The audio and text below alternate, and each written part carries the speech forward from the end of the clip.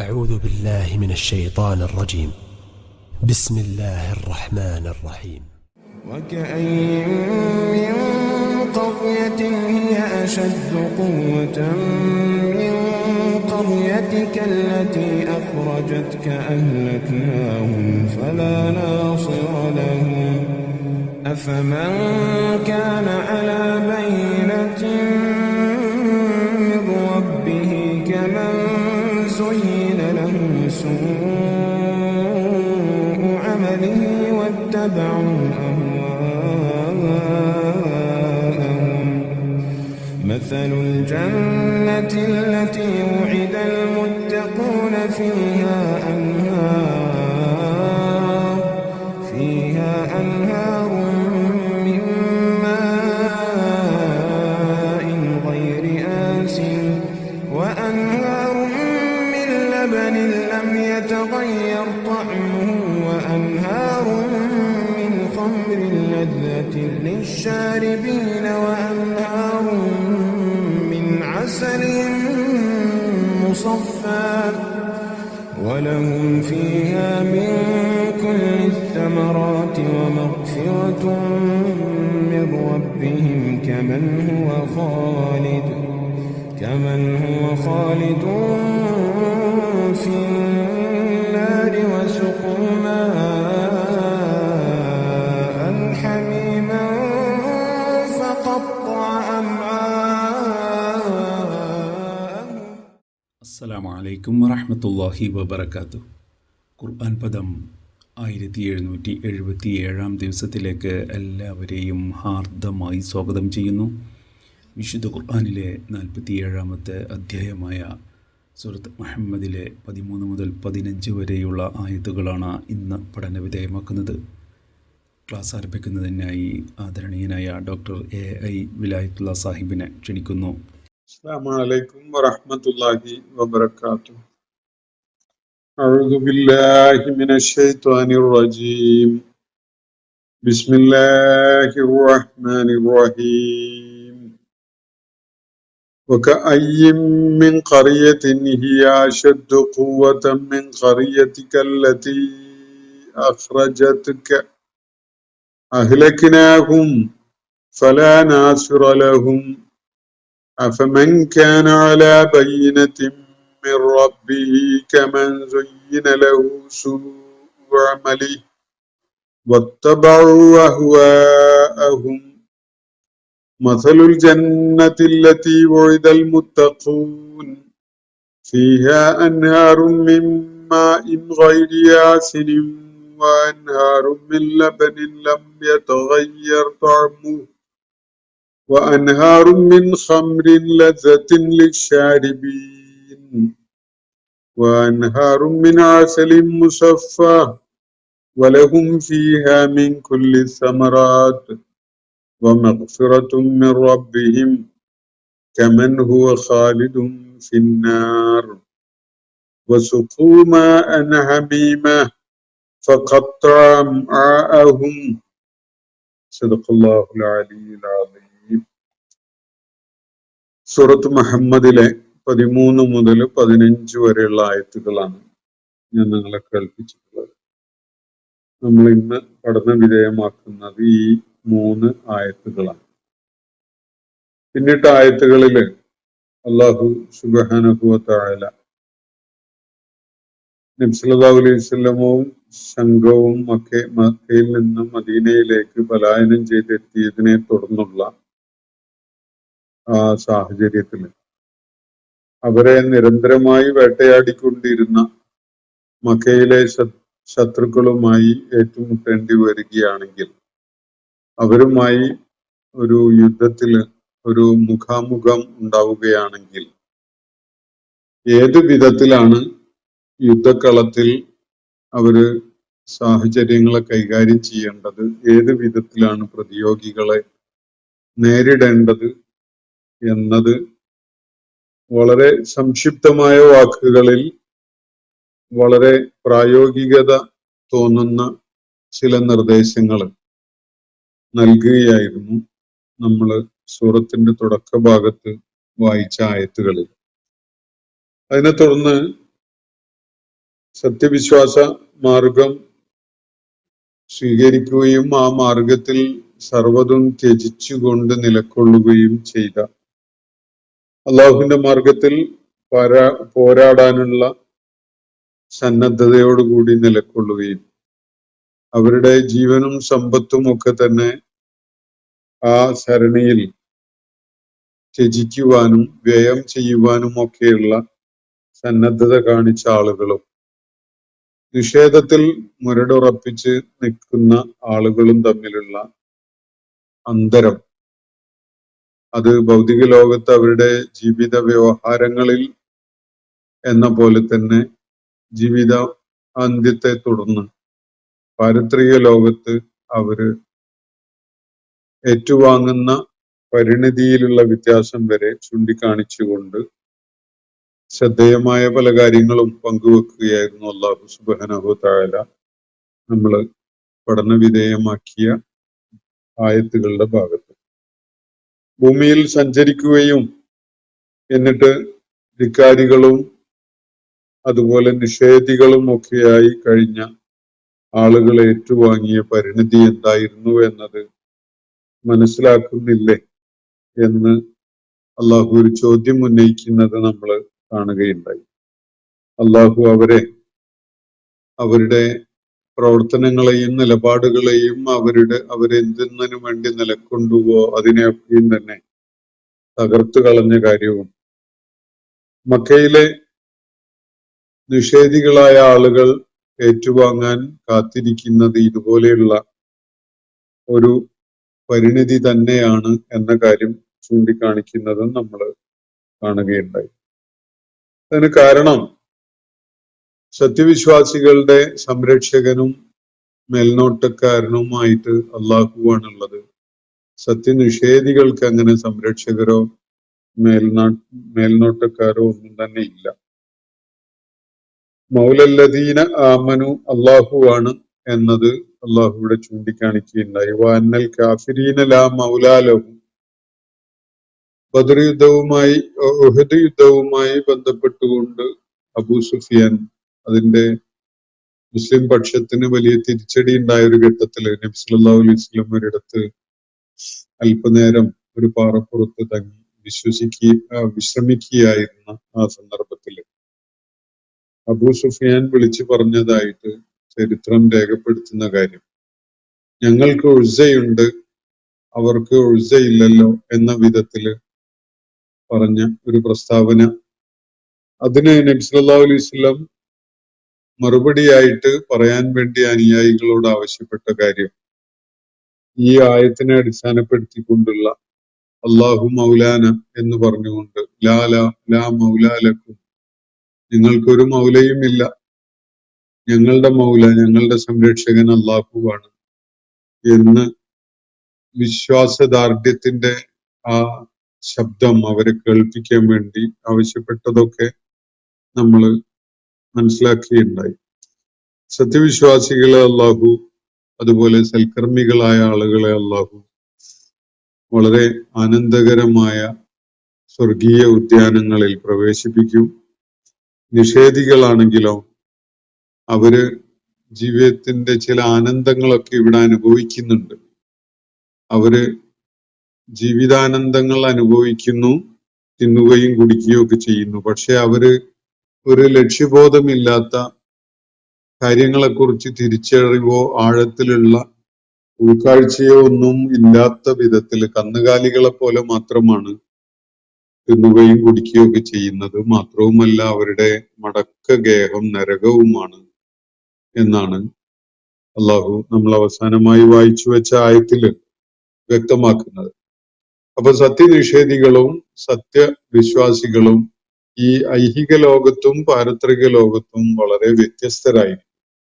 അവരുടെ ജീവിത വീക്ഷണങ്ങൾ വളരെ വ്യത്യസ്തമാണ്. അവർ ഏറ്റുവാങ്ങുന്ന പരിണിതിയും വളരെ വ്യത്യസ്തങ്ങളാണ് എന്നതാണ് ചൂണ്ടിക്കാണിക്കപ്പെട്ടിരിക്കുന്ന ഒരു കാര്യം. അതിനെ തുടർന്ന് നബി സല്ലല്ലാഹു അലൈഹി വസല്ലമയോട് വ്യക്തിപരമായി അഭിസംബോധന ചെയ്തുകൊണ്ട് അദ്ദേഹത്തിന്റെ മനസ്സിൽ അവശേഷിക്കുന്ന സ്വന്തം നാടും വീടും കുടുംബവും നാട്ടുകാരെയൊക്കെ വിട്ടേച്ച് മദീനയിലേക്ക് പലായനം ചെയ്തു പോരേണ്ടി വന്നതിലുള്ള അദ്ദേഹത്തിന്റെ മനസ്സിന്റെ വേദനയെ തുടച്ചു നീക്കുന്ന വിധത്തില് അള്ളാഹു ഒരു കാര്യം നബി സല്ലല്ലാഹു അലൈഹി വസല്ലമയോടായിട്ട് ഇവിടെ പറയുകയാണ്. ഇന്ന് നമ്മൾ വായിച്ചു വെച്ച ആയത്തുകൾ തുടങ്ങുന്നത് അങ്ങനെയാണ്.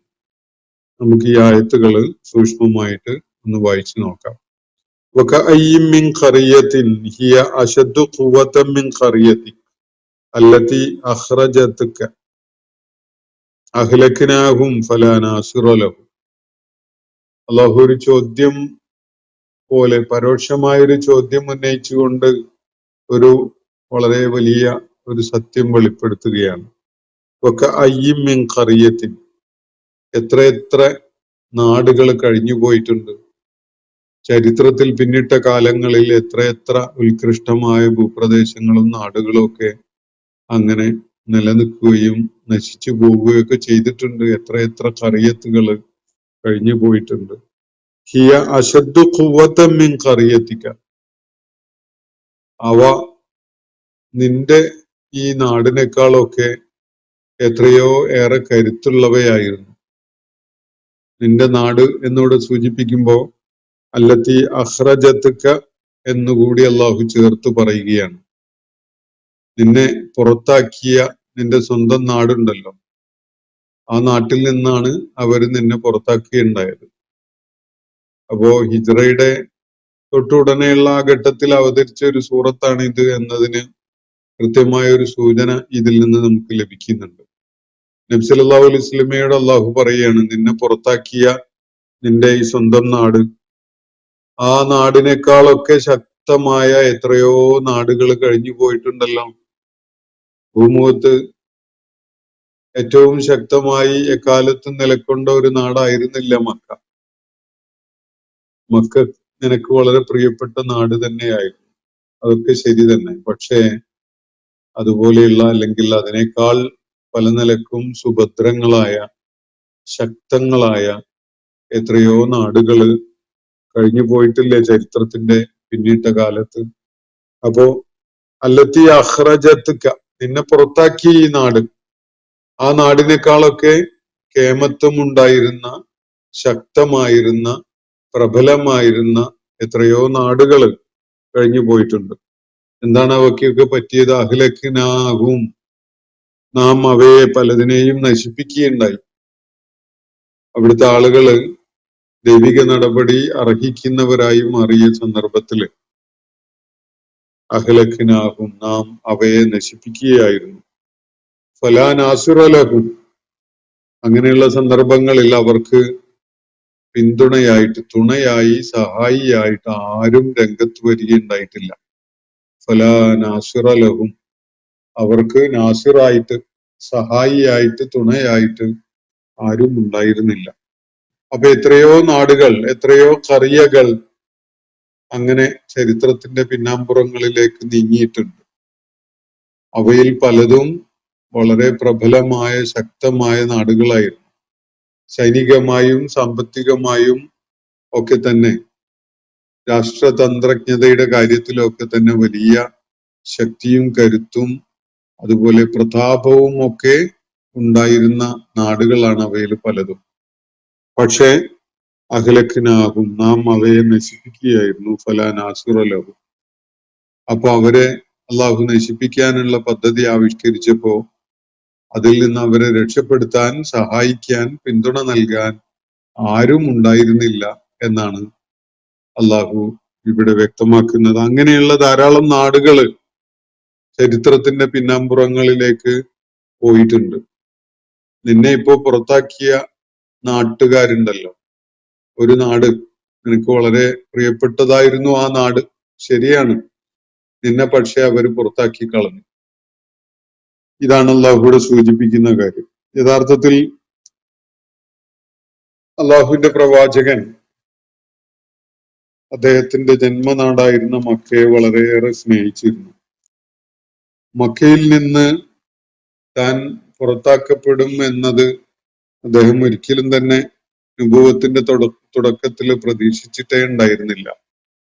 അതുകൊണ്ടാണ് വറഖത്ത് ബിൻ നൗഫലിനെ കാണാൻ വേണ്ടി പോയ സമയത്ത് നിന്റെ നാട്ടുകാര് നിന്നെ കല്ലെറിഞ്ഞ് ഓടിക്കുന്ന ഘട്ടത്തിൽ നിന്നെ സഹായിക്കാനായി കൂടെ നിൽക്കാനായി ഞാൻ ജീവിച്ചിരിപ്പുണ്ടായിരുന്നെങ്കിൽ എന്ന് വറഖത്ത് ബിൻ നൗഫൽ ആഗ്രഹം പ്രകടിപ്പിച്ചപ്പോ എന്റെ നാട്ടുകാരോ എന്നെ എറിഞ്ഞോടിക്കുകയോ എന്നൊക്കെയാണ് നബി സല്ലല്ലാഹു അലൈഹി വസല്ലം അദ്ദേഹത്തിന് തീർത്തും അവിശ്വാസം അനുഭവപ്പെടുന്ന വിധത്തിൽ പ്രതികരിക്കുകയുണ്ടായത്. പക്ഷെ 13 വർഷം തികയുമ്പോഴേക്ക് കാര്യങ്ങളൊക്കെ പൂർണ്ണമായി അടിമേൽ മറിയുകയും വറഖത്ത് ബിൻ നൗഫൽ കണക്ക് കൂട്ടിയ പോലെയുള്ള പ്രാതികൂല്യങ്ങൾ നിറഞ്ഞ അവസ്ഥ വന്നു ചേരുകയും നബി സല്ലല്ലാഹു അലൈഹി വസല്ലമക്ക് മക്കയിൽ നിലനിന്ന് പോവാൻ പറ്റാത്ത അവസ്ഥ ഉണ്ടാവുകയും അദ്ദേഹത്തെ വകവരുത്താൻ എല്ലാവിധ ഗൂഢതന്ത്രങ്ങളും ആവിഷ്കരിച്ചുകൊണ്ടിരിക്കുകയും ഒക്കെയാണ് ഉണ്ടായത്. അങ്ങനെ ആ നാട്ടിൽ നിന്ന് നബി സല്ലല്ലാഹു അലൈഹി വസല്ലമക്ക് പോകേണ്ടി വന്നു. അപ്പോ നാട് വിട്ടു പോകേണ്ടി വന്ന സന്ദർഭത്തിൽ നബി സല്ലല്ലാഹു അലൈഹി വസല്ലം വീട്ടിൽ നിന്ന് പുറപ്പെട്ട് വഴിയിൽ വെച്ച് മക്കയുടെ നേരെ തിരിഞ്ഞുകൊണ്ട് നടത്തുന്ന ഒരു സംസാരമുണ്ട്. ഓ മക്കേ എന്ന് വിളിച്ചുകൊണ്ട്, ഓ മക്ക അല്ലെങ്കിൽ യാ മക്ക എന്ന നിലക്ക് അഭിസംബോധന ചെയ്തുകൊണ്ട് പറയുന്ന കാര്യം, ഈ ലോകത്ത് ഏറ്റവും എനിക്ക് പ്രിയപ്പെട്ടതായിരുന്നു എൻ്റെ ഈ പ്രിയപ്പെട്ട പട്ടണം. നീ എനിക്ക് ഏറെ പ്രിയപ്പെട്ടതായിരുന്നു ഈ നാട്. ഞാൻ മറ്റാരെക്കാളും മറ്റേത് പ്രദേശത്തെക്കാളും ഈ നാടിനെ സ്നേഹിക്കുന്നുണ്ടായിരുന്നു. മുശ്രിക്കുകൾ എന്നെ ഇവിടുന്ന് പുറത്താക്കിയിട്ടുണ്ടായിരുന്നില്ലെങ്കിൽ ഞാൻ ഒരിക്കലും തന്നെ നിന്നെ വിട്ടുപോകുമായിരുന്നില്ല എന്നാണ് നബി സല്ലല്ലാഹു അലൈഹി വസല്ലം തുടർന്ന് മക്കയെ അഭിസംബോധന ചെയ്തുകൊണ്ട് പറയുന്നത്. എന്നാൽ ഈ ആളുകള്, മക്കയിലെ മുശ്രിക്കുകൾ, കുഫാറുകൾ കൈകോർത്തുകൊണ്ട് നബി സല്ലല്ലാഹു അലൈഹി വസല്ലമക്ക് അവിടെ നിലനിന്ന് പോകാൻ പറ്റാത്ത ഒരു സാഹചര്യം സൃഷ്ടിച്ചു.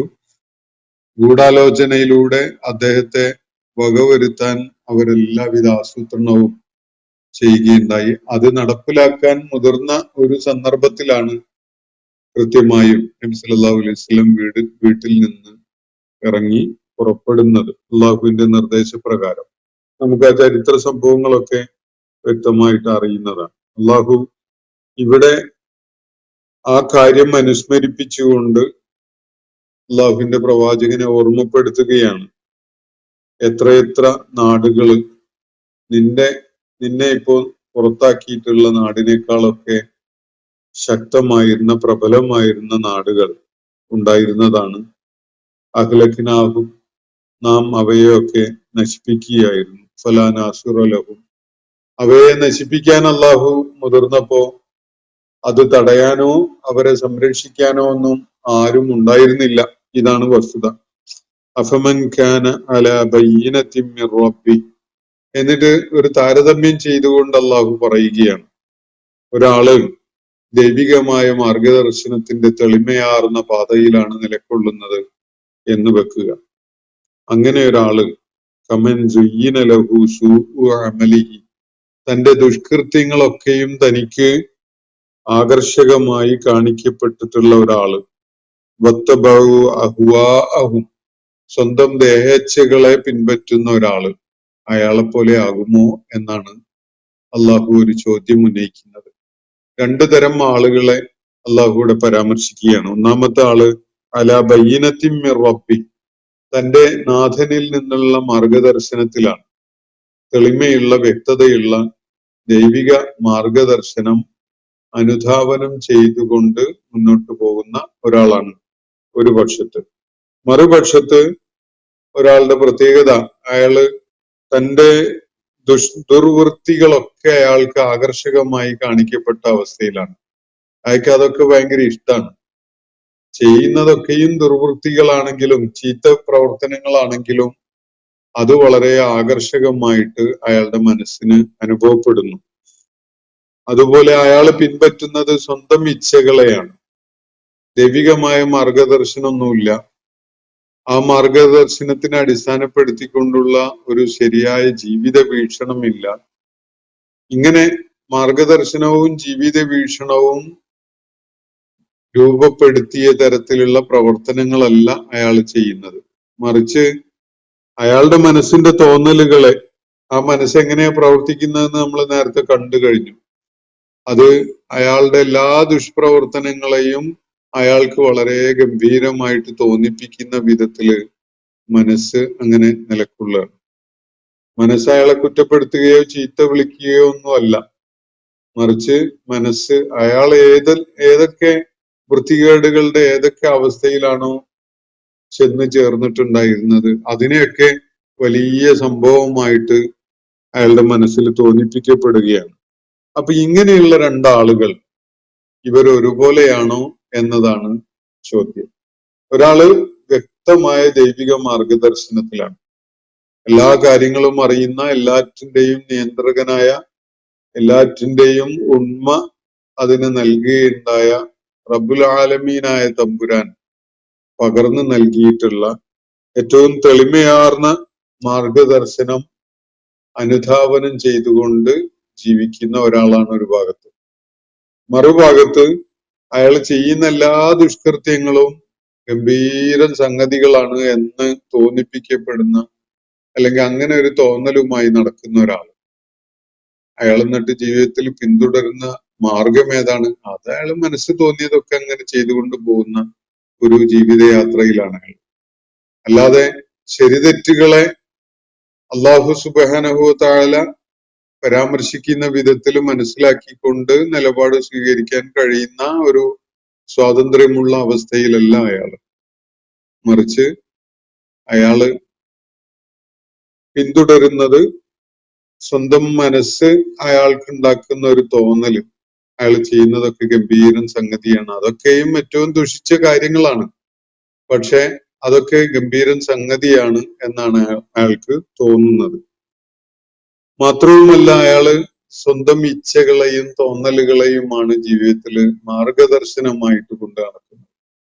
അള്ളാഹു നൽകിയ മാർഗദർശനമൊന്നുമില്ല. സ്വന്തം ഇച്ഛ, തോന്നല്, ആഗ്രഹ, അഭിലാഷങ്ങൾ ഇതൊക്കെയാണ് അയാൾക്ക് മാർഗദർശകമായിട്ടുള്ളത്. അങ്ങനെയുള്ള ഒരാള്, ഈ രണ്ട് ആളുകളും ഒരുപോലെ ആകുമെന്നാണോ നിങ്ങൾ കരുതുന്നത് എന്നതാണ് ഇവിടെ ഉന്നയിക്കപ്പെടുന്ന ചോദ്യം. എന്നിട്ട് അള്ളാഹു പറയുകയാണ്, മസലുൽ ജന്നത്തില്ലത്തി വഉദൽ മുത്തഖൂൻ, ഭക്തന്മാരായ അല്ലെങ്കിൽ ദൈവഭയമുള്ള ആളുകൾ വാഗ്ദാനം ചെയ്യപ്പെട്ടിരിക്കുന്ന സ്വർഗമുണ്ടല്ലോ, അത് ഏത് വിധത്തിലുള്ളതാണ്? നിങ്ങൾ ആലോചിച്ചിട്ടുണ്ടോ അങ്ങനെ ഒരു കാര്യം? മസലുൽ ജന്നത്തില്ലത്തി വഉദൽ മുത്തഖൂൻ, മുത്തഖികളായ ദൈവഭക്തന്മാരായ ദൈവഭയമുള്ള സൂക്ഷ്മതയുള്ള ആളുകൾ, സത്യസന്ധരായ ആളുകൾ, അവര് വാഗ്ദാനം ചെയ്യപ്പെട്ടിരിക്കുന്ന ഒരു സ്വർഗമുണ്ട്, ഒരു ജന്നത്തുണ്ട്. ആ ജന്നത്ത് എങ്ങനെയുള്ളതാണ്? അതിന്റെ ഉദാഹരണം, അതിന്റെ ഉപമ, അല്ലെങ്കിൽ അതിന്റെ സചിത്ര രൂപം എങ്ങനെയാണ് എന്നിട്ട് അത് വിവരിക്കുകയാണ്. ഫീഹ അൻഹാറും മിൻ മാഇൻ, മാഇൻ ഗൈരി ആസിനിൻ, യാതൊരു നിലക്കുമുള്ള കലർപ്പും മാലിന്യങ്ങളോ ഒന്നും കൂടിച്ചേർന്നിട്ടില്ലാത്ത ഏറ്റവും തെളിമയുള്ള വെള്ളം, ജലം ലഭിക്കുന്ന അരുവികളുണ്ട് ആ സ്വർഗത്തിൽ. ഒന്നാമത്തെ ഏറ്റവും ശ്രദ്ധേയമായ ഒരു കാര്യമായിട്ട് ഇവിടെ പറയുന്ന ഒരു സംഗതി, നല്ല അരുവികള്, നല്ല ശുദ്ധമായ ജലം ഒഴുകിക്കൊണ്ടിരിക്കുന്ന, അൻഹാർ ഒഴുകിക്കൊണ്ടിരിക്കുന്ന, ശുദ്ധമായ ജലം ഒഴുകിക്കൊണ്ടിരിക്കുന്ന അരുവികൾ, അത് അവർക്കായിട്ട് അവിടെയുണ്ട്. ഫീഹ അൻഹാറുൻ, ഇത് ജലലഭ്യത തന്നെ വളരെയേറെ പ്രയാസത്തോടു കൂടി മാത്രം അനുഭവിക്കാൻ സാധിച്ചിരുന്ന മക്കയിലെ ആളുകളെ സംബന്ധിച്ചിടത്തോളം നല്ല നീരൊഴുക്കുള്ള, തെളിമയുള്ള വെള്ളം ലഭിക്കുന്ന ആറുകളുള്ള ഒരു ഇടം എന്ന് പറഞ്ഞാൽ അവരുടെ സ്വപ്ന സാക്ഷാത്കാരമായിട്ട് അവർക്ക് അനുഭവപ്പെടും. കാരണം അവര് അത്രയും വലിയ വരണ്ട, ഉണങ്ങി വരണ്ട മരുഭൂമിയുടെ ഇടങ്ങളിലാണ് താമസിക്കുന്നത്. അപൂർവമായിട്ട് അവിടെയും ഇവിടെയൊക്കെയുള്ള ജലസ്രോതസ്സുകള് അവരെ സംബന്ധിച്ചിടത്തോളം വളരെ വിലപ്പെട്ട അമൂല്യമായ കിട്ടാക്കനിയായിട്ട് അവർ കാണുന്ന ഒരു സംഗതിയാണ്. അപ്പൊ വെള്ളത്തിന്റെ മൂല്യവും വിലയും ഒന്നും ആ കാലഘട്ടത്തിലെ എന്നല്ല ഇപ്പോഴും അറബികൾക്ക് പറഞ്ഞു കൊടുക്കേണ്ട കാര്യമില്ല. അപ്പോ ഇവിടെ സ്വർഗത്തെക്കുറിച്ച് അല്ലാഹു മുത്തഖികളായ ആളുകൾക്ക് വാഗ്ദാനം ചെയ്യപ്പെട്ടിരിക്കുന്ന സ്വർഗത്തിന്റെ ഒരു പ്രത്യേകതയായിട്ട് ഇവിടെ പറയുന്നത് ഫീഹ അൻഹാറുൻ മിൻ മാഇൻ ഗൈരി ആസിനിൻ, കലർപ്പ് കൂടി കലർന്നിട്ടില്ലാത്ത അല്ലെങ്കിൽ എന്തെങ്കിലും വൃത്തികേടുകളോ ദുർവാസന ഉണ്ടാകുന്ന അല്ലെങ്കിൽ ദുർരുചി ഉണ്ടാകുന്ന ഒക്കെ വിധത്തിലുള്ള വാസനയും രുചിയും വർണ്ണവും ഒക്കെ പല സംഗതികളും കലർന്നത് കാരണമായിട്ട് മാറിയിട്ടുള്ള തെളിമ നഷ്ടപ്പെട്ട വെള്ളം, അങ്ങനെയുള്ള വെള്ളമല്ല. അങ്ങനെയുള്ള വെള്ളത്തിന് മാഉൻ ആസിനുൻ എന്നാണ് പറയുന്നത്. ആളുകള് കുളിക്കുകയും അതുപോലെ മണ്ണ് ചെളിയൊക്കെ ഇളകി വെള്ളത്തിന്റെ ഭാഗമായി കലക്കവെള്ളമായി മാറാൻ സാധ്യതയുള്ള അവസ്ഥ, അതിലൂടെ ഒന്നും കടന്നു വരുന്ന വിധത്തിലുള്ള വെള്ളമല്ല, മറിച്ച് നല്ല തെളിമയുള്ള ശുദ്ധമായ വെള്ളം ഒഴുകുന്ന ആറുകള് അവർക്കായിട്ട് അവിടെ സ്വർഗത്തില് ഒരുക്കപ്പെട്ടിട്ടുണ്ട്. മാ ഫീഹ അൻഹാറും മിൻ മാഇൻ ഗൈരി ആസിൻ. ആസിൻ എന്ന ഒരു പദം എറ്റിമോളജിക്കലായിട്ട് അത് വേറെ ചില പദങ്ങളും ഒക്കെ ആയിട്ട് നമുക്ക് ബന്ധം കാണാൻ കഴിയും. വെള്ളം മലിനമാകുന്നതിന് കാരണമാകുന്ന ചില നടപടികളെ അതുമായിട്ട് ബന്ധപ്പെടുത്തിക്കൊണ്ട് നമുക്ക് മനസ്സിലാക്കാനും സാധിക്കും. അപ്പോ ഒഴുക്കുള്ള നല്ല വൃത്തിയുള്ള തെളിമയുള്ള രുചികരമായ വർണ്ണം മാറിയിട്ടില്ലാത്ത ദുർഗന്ധം വാസനിക്കാത്ത തരത്തിലുള്ള വെള്ളമൊഴുകുന്ന ശുദ്ധമായ ആറുകൾ, ശുദ്ധമായ അരുവികൾ അവിടെ അവർക്കായിട്ടുണ്ട്. മറ്റൊന്ന് പറയുന്നത് അൻഹാറു മിൻ ലബനിൻ, പാലിന്റെ ക്ഷീരത്തിന്റെ അരുവികളാണ്, അതും അവർക്ക് അവിടെ ഉണ്ട്. നല്ല എങ്ങനെയുള്ള പാലാണ്? ലം യതഗയ്യർ തഅമുഹു, അതിന്റെ രുചി യാതൊരു നിലക്കും മാറിയിട്ടില്ലാത്ത, ശുദ്ധമായ പാലിന്റെ രുചി ഏതെങ്കിലും നിലക്ക് മോശമായിട്ടില്ലാത്ത പാലൊഴുകുന്ന നദികൾ അവിടെ അവർക്കായിട്ടുണ്ട്.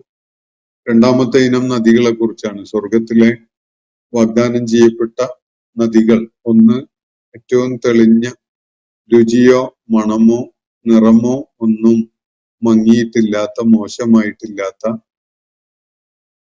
ആസിനായതല്ലാത്ത വെള്ളം അടങ്ങിയിട്ടുള്ള അരുവികൾ. ഇതാണ് ഒന്നാമത്തേത്. രണ്ടാമത്തേത് ലബനിൻ ലം യതഗയ്യർ തഅമുഹു, രുചി യാതൊരു നിലക്കും ബാധിച്ചിട്ടില്ല, രുചി മോശമായിട്ടില്ലാത്ത തരം പാല്, ആ പാല് ഒഴുകുന്ന അരുവികളാണ്.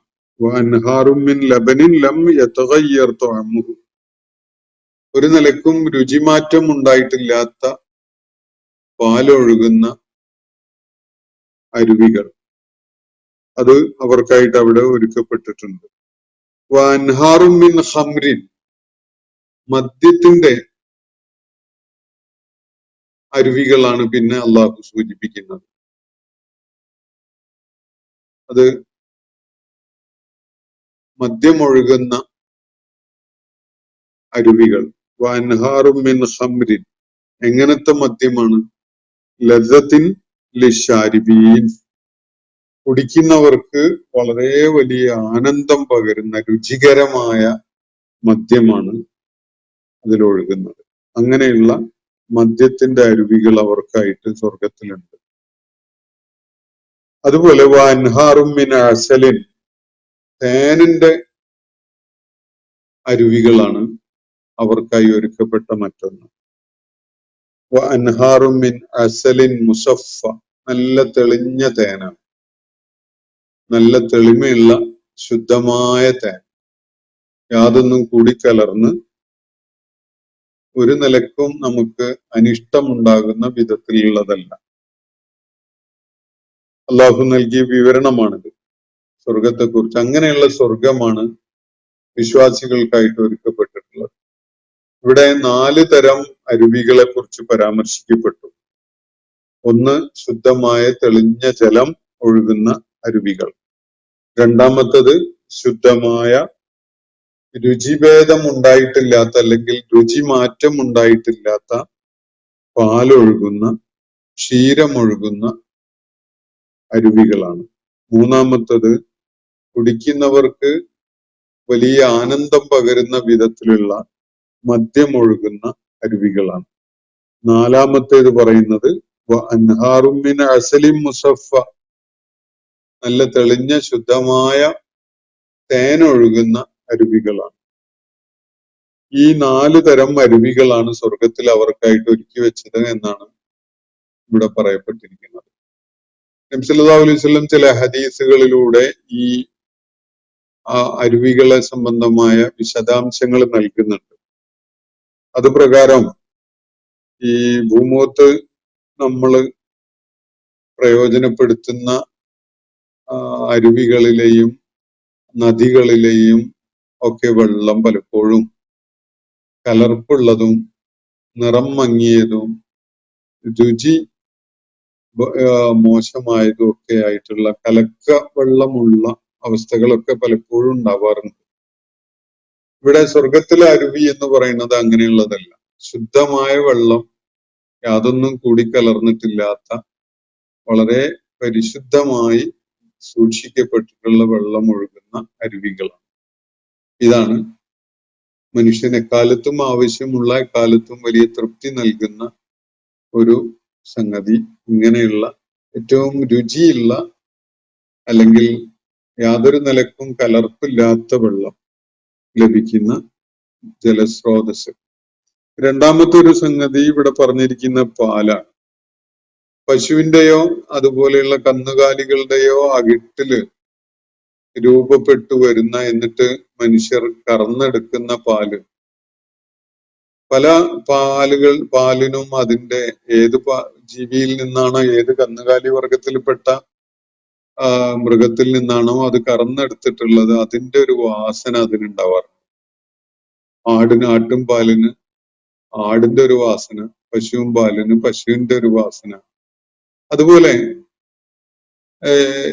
ഈ പാല് എളുപ്പത്തില് കേടായി പോകാനും സാധ്യത വളരെ കൂടുതലാണ്.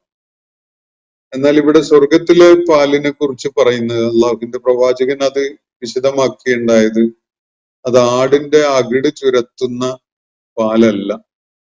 അള്ളാഹു ശുദ്ധമായ തെളിഞ്ഞ പാലിന്റെ സ്രോതസ് തന്നെ ഉണ്ടാക്കി അതിൽ നിന്ന് ഒഴുക്കി വിടുന്ന പാലിന്റെ അരുവിയാണ് അത്. ആ അരുവിയിലൂടെ ഒഴുകുന്ന പാലാണ് അത്. ഭൗതിക ലോകത്ത് മനുഷ്യർക്ക് ലഭ്യമാവുന്ന മൃഗങ്ങളിൽ നിന്ന്, കന്നുകാലികളിൽ നിന്ന് കറന്നെടുക്കുന്ന തരം പാലുകളുടെ പ്രശ്നങ്ങളോ അല്ലെങ്കിൽ അനിഷ്ടകരമായി തോന്നുന്ന പല സംഗതികളോ അതിലുണ്ടല്ലോ. രുചിയും വാസനയും അതുപോലെ നിറവും ഒക്കെ ചിലപ്പോ നമുക്ക് അതൃപ്തി ഉണ്ടാക്കുന്നതാവാം. അങ്ങനെയുള്ളതല്ല, വളരെ പരിശുദ്ധിയുള്ള തരം പാലൊഴുകുന്ന അരുവികൾ തന്നെയാണ് സ്വർഗത്തില് അള്ളാഹു ഒരുക്കിയിട്ടുള്ളത് എന്നാണ് അള്ളാഹുവിന്റെ പ്രവാചകൻ അത് വിശദീകരിക്കുകയുണ്ടായത്. അതുപോലെ മദ്യത്തെക്കുറിച്ചും ഇവിടെ പറയുന്നുണ്ട്. മദ്യം ഒഴുകുന്ന അരുവികള് വേറെ 2 സൂറത്തില്, സൂറത്തു സോഫാത്തിലും സൂറത്തുൽ വാഖിയയിലും അതിന് ചില വിശദാംശങ്ങൾ നൽകപ്പെടുന്നതും കാണാൻ കഴിയും. അവിടെ പറയുന്നത് സൂറത്തുൽ വാഖിയയില് ലാ യുസദ്ദഊന അൻഹാ വലാ യുൻസിഫൂൻ എന്നാണ്. സ്വർഗത്തിലെ മദ്യം കഴിച്ചാൽ ആർക്കും ഒരു തലവേദന അനുഭവപ്പെടുകയോ അല്ലെങ്കിൽ അതിന്റെ ഒരു ഇൻടോക്സിക്കേഷൻ, ഒരു എന്താ പറയാ, ലഹരി ഉണ്ടാക്കുകയോ ഒന്നും ചെയ്യൂല. മറിച്ച് നല്ല ആനന്ദം പകരുകയാണ് ചെയ്യുക. അത് നിരന്തരമായി കുടിക്കാനുള്ള ഒരു പ്രേരണയും ഉണ്ടാകും. അതാണ് സ്വർഗീയമായ മദ്യത്തിന്റെ പ്രത്യേകത. ഐഹിക ലോകത്ത് പഴച്ചാറുകളിൽ നിന്നും മറ്റുമായിട്ട് നമ്മൾ ഉണ്ടാക്കുന്ന മദ്യം അത് ഒന്ന് ലഹരി വസ്തുവായി മാറുന്നു. അതോടൊപ്പം തന്നെ അത് ചിലർക്കെങ്കിലും അതിന്റെ വാസനയൊന്നും തീരെ ഇഷ്ടാവുന്നുണ്ടാവില്ല. അത് വാസനിക്കുമ്പോൾ തന്നെ തലവേദന അനുഭവപ്പെടുന്നവരൊക്കെ ഉണ്ട്. അതുപോലെ അത് കഴിച്ചു കഴിഞ്ഞാൽ ശക്തമായ തലവേദന, അതിന്റെ ഹാങ് ഓവർ ഒന്ന് മാറാൻ, അതിന്റെ കെട്ട് ഒന്ന് വിട്ടുകിട്ടാന്, അതിന്റെ മദ്യലഹരി കഴിഞ്ഞ് കുറെ സമയം കഴിഞ്ഞാലേ അതിന്റെ ഒരു പിടുത്തം ഇല്ലാണ്ടാവുകയുള്ളൂ. അതുവരെ ഒരു തലവേദനയും ഒരു മന്ദപ്പും ഒക്കെ അനുഭവിക്കുന്ന ഒരവസ്ഥയാണ് മദ്യം കഴിക്കുന്നവർ അനുഭവിക്കുന്നതായിട്ട് അവര് പങ്കുവച്ചതായിട്ട് നമുക്കറിയാൻ കഴിയുന്നത്. അപ്പോ അത് ലഹരിയാണ് താൻ, ഇൻടോക്സിക്കേറ്റ് ചെയ്യുന്ന, ബുദ്ധിയെ മറിച്ച് കളയുന്ന, ബുദ്ധി വേണ്ട വിധത്തിൽ പ്രവർത്തിക്കാതെയാക്കുന്ന ഒരു നെഗറ്റീവ് ഇമ്പാക്റ്റ് മദ്യത്തിനുണ്ട് ഐഹിക ലോകത്തുള്ള. പാരത്രിക ലോകത്ത് സ്വർഗീയ ജീവിതത്തിൽ നൽകപ്പെടുന്ന അരുവി, ഈ മദ്യത്തിന്റെ അരുവി എന്ന് പറയുന്നത് അത് അങ്ങനെയുള്ള നെഗറ്റീവ് ആസ്പെക്ട്സ് ഇല്ലാത്ത മദ്യമാണ്. അതേ സമയത്ത് അത് കഴിക്കാൻ ആളുകൾക്ക് വല്ലാത്ത ഇഷ്ടവും അതുപോലെ തൃപ്തിയും ഒക്കെ ആയിരിക്കുകയും ചെയ്യും. ലഹരിയല്ല, തലവേദന ഉണ്ടാക്കുന്ന വിധത്തിലുമല്ല എന്നത് ഈ ഖുർആൻ ആയത്തുകളിൽ ഇവിടെ സൂറത്തുൽ വാഖിയയിലും സൂറത്തുൽ സോഫാത്തിലും ഒക്കെ പറയുന്നു. അതുപോലെ തന്നെ ലാ ഫീഹ ഗൗലുൻ വലാ ഹും അൻഹാ യുൻസഫൂൻ എന്നൊക്കെ ആണ് ഇവിടെ സൂറത്തുൽ സോഫാത്തിൽ പറയുന്നത്. ആശയം ഇത് തന്നെയാണ്. ഇത് ഹദീസുകളിലും അള്ളാഹുവിന്റെ പ്രവാചകൻ വ്യക്തമാക്കി പറഞ്ഞു തന്നിട്ടുണ്ട്. മറ്റൊന്ന് ഇവിടെ പറഞ്ഞിട്ടുള്ളത്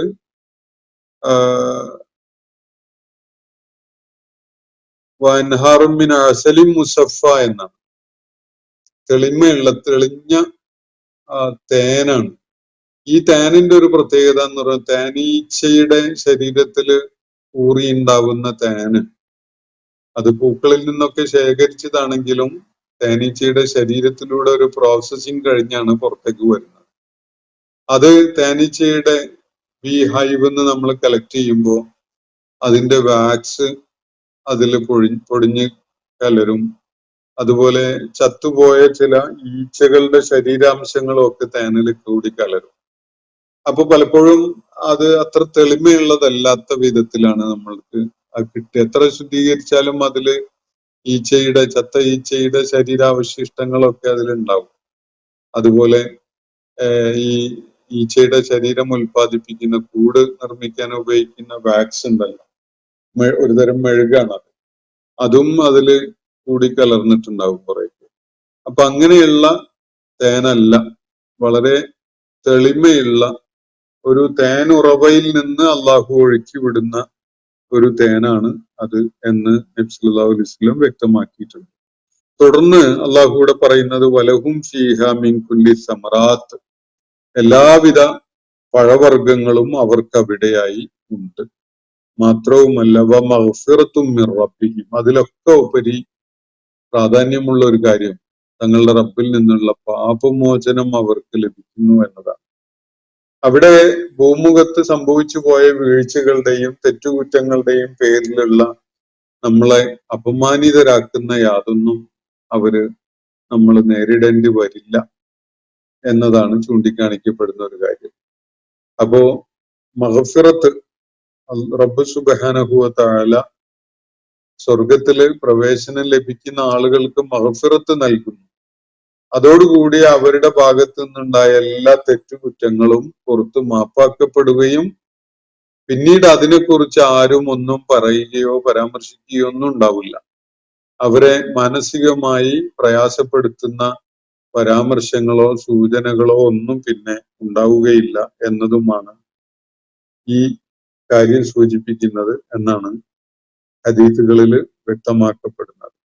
അപ്പോ മഗ്ഫിറത്തും മിർ റബ്ബിഹിം, എന്നിട്ട് അള്ളാഹു ചോദിക്കുകയാണ് കമൻ ഹുവ ഖാലിദും ഫിന്നാർ, ഈ വിവരിക്കപ്പെട്ട സ്വർഗം ലഭിച്ച ഒരാള് നരകത്തില് നിത്യവാസം നിശ്ചയിക്കപ്പെട്ട ഒരാളെ പോലെ ആകുമോ? ഒന്ന് ആലോചിച്ച് നോക്കൂ. കമൻ ഹുവ ഖാലിദുൻ ഫിന്നാർ, നരകത്തിൽ നിത്യമായി വസിക്കേണ്ടി വരുന്ന ഒരുവൻ ഇവിടെ മുകളിൽ വിവരിക്കപ്പെട്ട സ്വർഗവാസിയെ പോലെയുള്ള അവസ്ഥയിലാകുമോ? വസുഖൂമ അൻ ഹമീമ, അങ്ങനെ നരകത്തിൽ നിത്യവാസം നിശ്ചയിക്കപ്പെട്ട ആളുടെ അവസ്ഥ എന്താണ്? അവൻ ചുട്ടുപൊള്ളുന്ന വെള്ളമാണ് കുടിക്കാൻ വേണ്ടി അവന് നൽകപ്പെടുന്നത്. അവന് കുടിക്കാൻ വേണ്ടി നരകത്തിൽ നൽകപ്പെടുന്നത് മാ ഉൻ ഹമീമാണ്, ചുട്ടുപൊള്ളുന്ന ജലമാണ്. അതിന്റെ ഒരു പ്രത്യേകത അവന്റെ സകല ഉടലുകളെയും അത് വെട്ടി നുറുക്കി കളയും. ആ വിധത്തിലുള്ള പൊള്ളലാണ് അതിനുള്ളത്. എന്ന് പറഞ്ഞാൽ അത് അതിന്റെ ഭാഷാപരമായി അത് മിയ എന്ന വാക്കിന്റെ ബഹുവചനാണ്. മിയാൻ എന്നാണ് അതിന്റെ ഏകവചനം. രണ്ട് ഉടലുകളെ സൂചിപ്പിക്കുന്ന ഒരു പ്രയോഗമാണ് എന്നത്. ഇൻഡസ്റ്റൈൻ, ലാർജ് ഇൻഡസ്റ്റൈനും സ്മാൾ ഇൻഡസ്റ്റൈനുമായിട്ട്, ചെറുകുടലും വൻകുടലുമായിട്ടുള്ള ശരീരത്തിലെ ആന്തരിക അവയവങ്ങൾ, അതിനെ വെട്ടിമുറിച്ച് കളയുന്ന വിധത്തിലുള്ള പൊള്ളലുള്ള പാനീയമാണ് അവർക്ക് കുടിക്കാൻ നൽകപ്പെടുന്നത്. അങ്ങനെയുള്ള ഒരാള് ഈ മുകളിൽ പറഞ്ഞ സ്വർഗം നൽകപ്പെട്ട ആളെ പോലെ ആകുമോ എന്നതാണ് ഇവിടെ കമൻ എന്ന ഒരു പ്രയോഗത്തിലൂടെ അല്ലാഹു ഒരു ചോദ്യത്തിന്റെ സ്വഭാവം അതിന് നൽകിക്കൊണ്ട് ധ്വനിപ്പിക്കുന്നത്. കമൻ ഹുവ ഖാലിദുൻ ഫിന്നാരി, നരകത്തിൽ നിത്യമായി വസിക്കാൻ നിശ്ചയിക്കപ്പെട്ട ആളെ പോലെയാണോ ഇത് മുകളിൽ പറഞ്ഞ സംഗതി? അല്ലെങ്കിൽ അങ്ങനെ നരകത്തിൽ നിത്യമായി വസിക്കുന്ന ഒരാള് ഈ മുകളിൽ പറഞ്ഞ സ്വർഗം ലഭിക്കുന്ന ആളുകളെ പോലെയാണോ? ഒന്ന് ആലോചിച്ച് നോക്കൂ. വസുഖൂമാൻ, നരകത്തിലേക്ക് അങ്ങനെ പറഞ്ഞയക്കപ്പെടുന്ന ആള് കുടിക്കാൻ നൽകപ്പെടുന്നത് എന്താണ്? മാ അൻ ഹമീമ, ചുട്ടുപൊള്ളുന്ന വെള്ളമാണ്. അത് അവരുടെ മിയാൻ എന്ന ശരീരഭാഗത്തെ എന്ന് പറഞ്ഞാൽ അംആനെ, അവരുടെ ആന്തരിക അവയവങ്ങളെ, കുടലുകളെ അത് പൂർണ്ണമായിട്ട് വെട്ടിനുറുക്കിയ പോലെ ആക്കും എന്ന് പറഞ്ഞാൽ അങ്ങേയറ്റത്തെ പൊള്ളലുള്ള ഈ പാനീയം കുടലിലേക്ക് എത്തുന്നതോടുകൂടി രണ്ട് കുടലുകളും കഷ്ണങ്ങളായി മാറുകയാണ്. ചെറിയ ചെറിയ കഷ്ണങ്ങളായി നുറുങ്ങിപ്പോകുന്ന അത്രയും വലിയ പൊള്ളലാണ് ഈ അവർക്ക് കുടിക്കാൻ നൽകപ്പെടുന്ന വെള്ളത്തിന് എന്നാണ് സൂചിപ്പിക്കപ്പെടുന്നത്. അപ്പോ ഇതാണ് അള്ളാഹു ഈ 3 ആയത്തുകളിലായിട്ട് വിവരിക്കുന്ന കാര്യം. മക്കയിലെ ആളുകള് നബി സല്ലല്ലാഹു അലൈഹി വസല്ലമയെ നാട്ടിൽ നിന്ന് പുറത്താക്കിയത് വലിയ നേട്ടമായിട്ടൊക്കെ അവർ കരുതുന്നുണ്ടാകും. പക്ഷെ അവർ തട്ടുമാറ്റിയിട്ടുള്ളത് ഏറ്റവും വലിയ ദൈവിക അനുഗ്രഹത്തെയാണ് എന്നത് അവർ വൈകാതെ തന്നെ തിരിച്ചറിയാനിരിക്കുകയാണ്. ആ കാര്യം ഒന്ന് തോന്നിപ്പിക്കുന്ന അല്ലെങ്കിൽ നമ്മുടെ ബോധമണ്ഡലത്തിലേക്ക് കൊണ്ടുവരുന്ന വിധത്തിലും അള്ളാഹുവിന്റെ പ്രവാചകനെ സ്വന്തം നാട് വിട്ടു പോരേണ്ടി വന്നതിലുള്ള വിഷമം ലഘൂകരിക്കുന്ന വിധത്തിലുമുള്ള കാര്യങ്ങളാണ് ഈ ആയത്തുകളിൽ അള്ളാഹു വിവരിച്ചിട്ടുള്ളത്. ഇന്നത്തെ സെഷൻ ഞാനിവിടെ അവസാനിപ്പിക്കുകയാണ്. വാഖിറു ദഅ്വാന അനിൽ ഹംദുലില്ലാഹി റബ്ബിൽ ആലമീൻ. അസ്സലാമു അലൈക്കും വറഹ്മത്തുള്ളാഹി വബറകാതുഹു. ഇന്നത്തെ ഖുർആൻ പദം ഇവിടെ സമാപിക്കുന്നു. ഖുർആൻ പഠനത്തിൽ പങ്കെടുത്ത എല്ലാവർക്കും അല്ലാഹു അർഹമായ പ്രതിഫലം നൽകി അനുഗ്രഹിക്കട്ടെ. വആഖിറു ദഅ്വാന അനിൽ ഹംദുലില്ലാഹി റബ്ബിൽ ആലമീൻ. അസ്സലാമു അലൈക്കും വറഹ്മത്തുള്ളാഹി വബറകാതുഹു.